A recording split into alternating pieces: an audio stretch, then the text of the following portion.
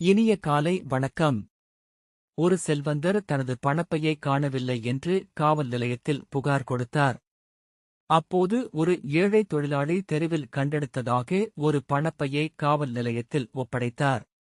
பையை பெற்ற காவல் ஆய்வாளர் செல்வந்தரை அழைத்து பணப்பையை கொடுத்து பணம் சரியாக உள்ளதா என்று பார்த்துக் கொள்ளுமாறு கூறினார். பணம் சரியாக இருந்தது.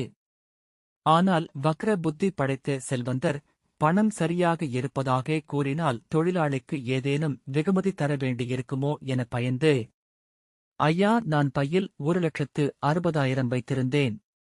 தற்போது 1,50,000 தான் இதில் இருக்கிறது. இவன்தான் எடுத்திருக்க வேண்டும் என்றார். தொழிலாளி பதறினார். நான் பையில் உள்ள பணத்தை எண்ணக்கூட இல்லை. அப்படியே கொண்டு வந்தேன். காவல் ஆய்வாளர் செல்வந்தரிடம் கூறினார், ஐயா, தங்கள் பையில் 1,60,000 இருந்ததாக கூறினீர்கள். ஆனால் இந்த பையில் 1,50,000 தான் இருக்கிறது. எனவே இது நீங்கள் தவறவிட்ட பை அல்ல. இந்த பைக்கு உரியவரை கண்டுபிடிக்கும் வரை பை தொழிலாளியிடமே இருக்கட்டும். உங்கள் பை கிடைத்ததும் உங்களுக்கு தெரிவிக்கிறோம். சென்று வாருங்கள் என்றார் புன்னகையுடன். யாருகிட்ட? நீதிடா, நேர்மைடா.